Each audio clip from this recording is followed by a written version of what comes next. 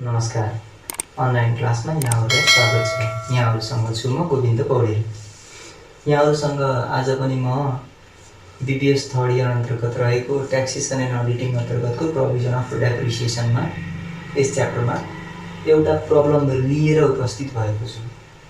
यो प्रब्लमको सल्युसन हामी आजको क्लासमा गर्नेछौँ। सर्वप्रथम त क्वेसनतिर जाउँ।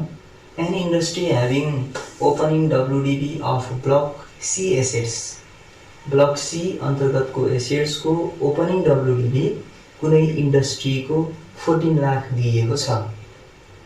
During the year, the company purchased following assets भनेको छ। यहाँ केही एसेट्सहरू सेम ब्लककै पर्चेज गरेको छ भन्छ हैन।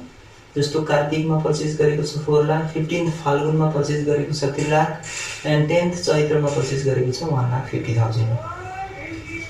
The company dispose of an assets under block C भनेको सेम ब्लक नै हो अनि having book value ₹4 lakh, at ₹5 lakh र 4 लाख रुपियाँ त जुन एसेट्सको बुक भ्यालु छ त्यसलाई 5 लाख रुपियाँमा डिस्पोज गरेको छ अरे।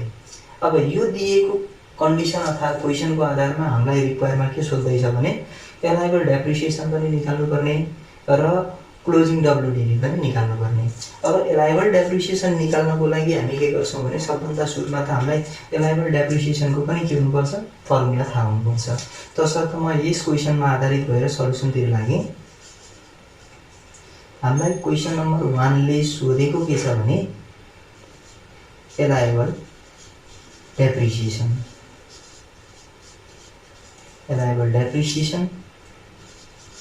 of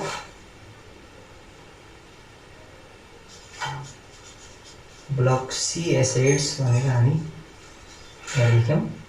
अब यो हामीले डेप्रिसिएसन निकाल्नका लागि हिजो हामी अघिल्लो क्लासमा पनि के गरेका थियौं भने यहाँ डेप्रिसिएसन बेसमा भएर हामी डेप्रिसिएसन एलाइबल डेप्रिसिएसन निकाल्छौं भनेका थियौं। तसर्थ depreciation basis for the year, यो डेप्रिसिएसन बेसिस फर द इयरलाई एप्लिकेबल रेट अफ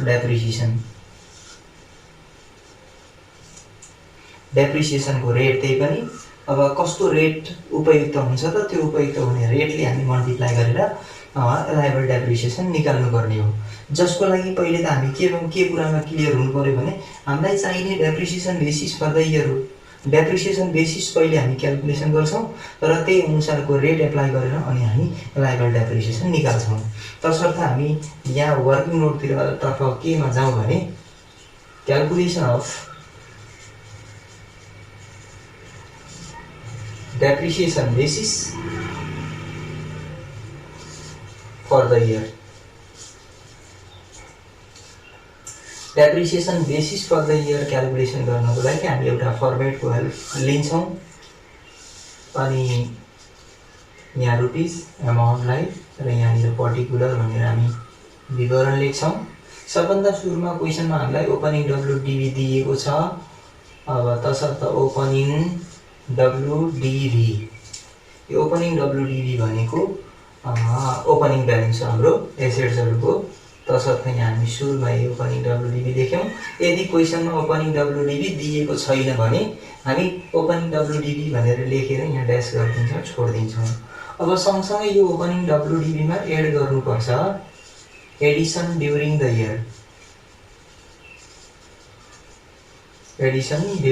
इयर, अहिलेको वर्ष कुन एसेट्सहरु हामी थपिएको छ त वा पर्चेज गरेका छौं भन्ने कुरालाई हामी यहाँ देखाउनु पर्ने हो र एडिसन ड्युरिङ द इयर लिने बेलामा एब्जर्ब पोर्सनलाई मात्रै लिनुपर्छ।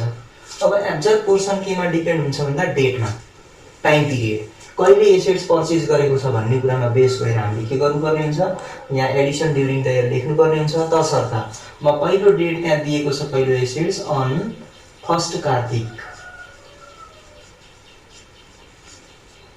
यदि हामी कुनै पनि एसेट्स 1 श्रावण देखि एन्ड अफ पौष त्यो ड्युरेसनको बीचमा पर्चेज गरेका छौं भने त्यति बेला एब्जर्ब पोर्सन 3/3 हुन्छ भनेर हामी नोट लेखेका छौं। तसर्थ हामी यो 4 लाख इन्टु 3/3 गऱ्यौँ। फर्स्ट श्रावणदेखि इन्ड अफ पौष भनेको त्यो ड्युरेसनभित्र पर्चेज गरेको हो भने 3/3 नै लेख्छौँ। यो मल्टिप्लाई गर्दा 4 लाख नै हुन्छ, यहाँनिर 4 लाख लेख्ने। त्यस्तै दोस्रो on 15th Phalgun, 15th फाल्गुनमा purchase गरेको छ भने त्यति बेला हामी पहिलो श्रावणदेखि तपाईँको इन्ड अफ पौषसम्म 3/3 एब्जर्भ हुन्छ र फेरि फर्स्ट माघदेखि इन्ड अफ चैत्रसम्मका लागि हाम्रो 2/3 हुन्छ हैन। तसर्थ यो फर्स्ट माघदेखि इन्ड अफ चैत्रसम्मको ड्युरेसन भएको हुनाले यसको एब्जर्भ पोर्सन हामी 2/3 राखेर सल्युसन गर्नुपर्छ। 2/3 अघिल्लो क्लासमा हामी यससँग एब्जर्भ पोर्सन र अनएब्जर्भ पोर्सनसँग रिलेटेड प्रोभिजन भनेर लेखिसकेका छौँ। त्यही अनुसार त्यो कुन ड्युरेसनमा पर्चेज गरेका छ भनेर यहाँ हामी एब्जर्भ पोर्सनलाई देखाउँछौँ। यो 2 लाख हुने भयो। त्यसै गरेर अर्को एसेट्स पर्चेज गरेको छ अन 10th चैत्र, 10th चैत्र भन्यो। हामीले पहिलो डेट कहिलेदेखि कहिले भन्यो भन्दा फर्स्ट श्रावणदेखि इन्ड अफ पौष भन्यो। दोस्रो फर्स्ट माघदेखि इन्ड अफ चैत्र भन्यो। इन्ड अफ चैत्रको ड्युरेसनभित्र यो दुइटै पर्छन्। तसर्थ यो दुइटै एसेट्सलाई हामी यहाँनिर एब्जर्भ पोर्सन राख्ने बेलामा 2/3 नै गर्नुपर्ने हुन्छ। तसर्थ यहाँ पनि 1,50,000 इन्टु 2/3 नै गर्नुपर्ने हुन्छ। यो क्यालकुलेसन गर्दा कति आउँछ? 1 लाख। यसरी हामी एब्जर्भ पोर्सन निकाल्छौँ र माथिको ओपनिङ डब्ल्युडीमा यसलाई जोड्छौँ। यो टोटल रिजल्ट आउँछ 14 लाख, 18 लाख, 19, 20 लाख, 21 लाख।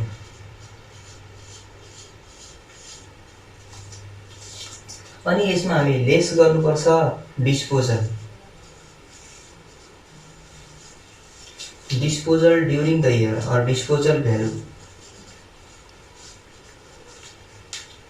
यो पिरियडमा डिस्पोज गरेको एमाउन्टलाई यहाँ हामी डिडक्सन गर्नुपर्ने हुन्छ र यो डिस्पोजल भ्यालु भनेको सेल्स प्राइसलाई मात्रै लेखिन्छ। अर्थात् मैले यहाँनिर CSV क्यास सेल्वेज भ्यालुलाई मात्रै देखाउने, जतिमा बिक्री गरिन्छ त्यसलाई। जतिको एसेट्स बिक्री गरिन्छसँग सरोकार हुँदैन। तसर्थ यहाँ हामी त the company dispose of an assets under block C having book value rupees 4 lakh, 4 lakh मूल्य भएको एसेट्सलाई 5 लाखमा बिक्री गरेको हो भने 5 लाखमा बिक्री गरेको हुनाले 5 लाखलाई यहाँ लिनु पर्यो र बिक्री गर्ने बेलामा कुनै डेट दिएको छ भने त्यो डेटसँग हामीलाई सरोकार हुँदैन।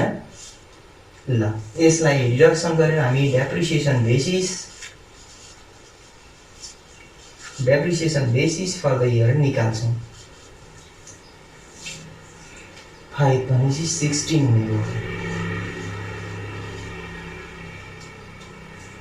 16 र 5 21 हुन्छ हैन। 16 लाख भनेको हाम्रो के आउने भयो? Depreciation basis. हामी अब यहाँ त्यो डेप्रिसिएसन बेसिस क्याल्कुलेसन गरिसकेपछि हामी एलाइबल डेप्रिसिएसन निकाल्नको लागि यहाँ depreciation basis for the year भनेर 16 लाखलाई लिन सकिन्छ। इन्टु अब applicable rate of depreciation.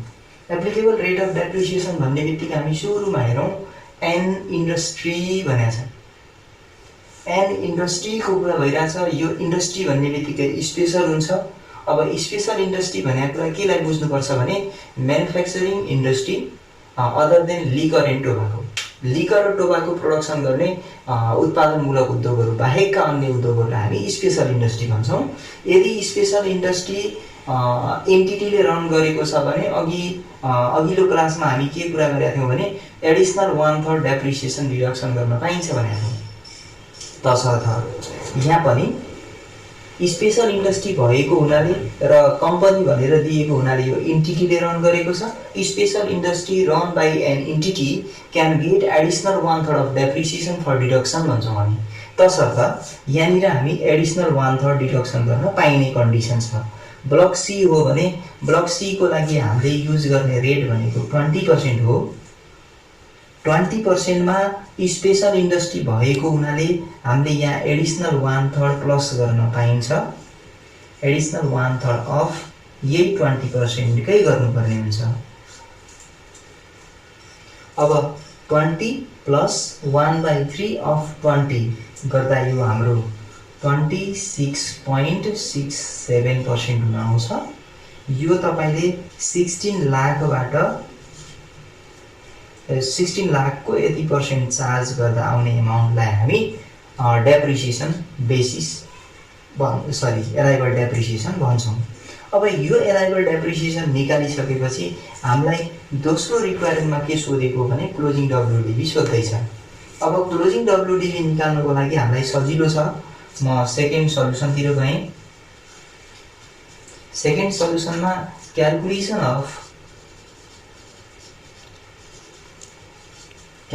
Of closing WDV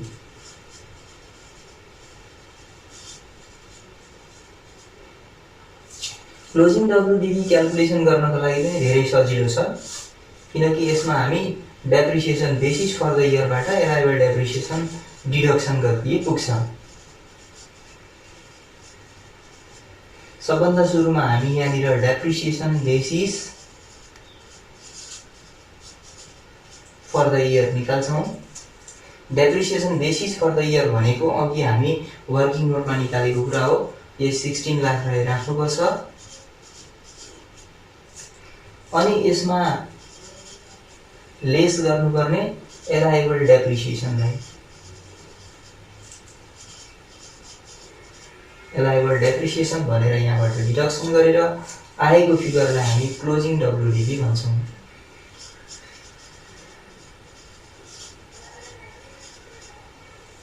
closing डब्ल्युडिबी भन्छौँ। ल यसरी हामी अब यो रेटसँग मल्टिप्लाई गरेर तपाईहरुले डेप्रिसिएसन निकाल्न सक्नुहुन्छ नि।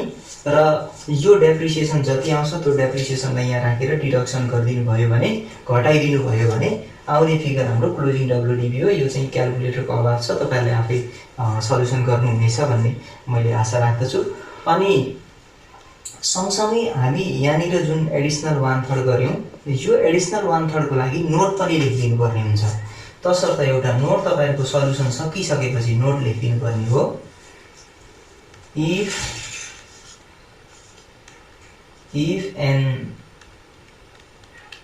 if special industry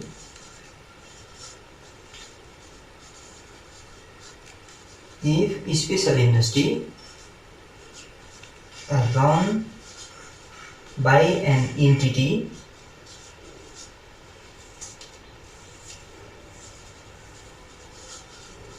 can get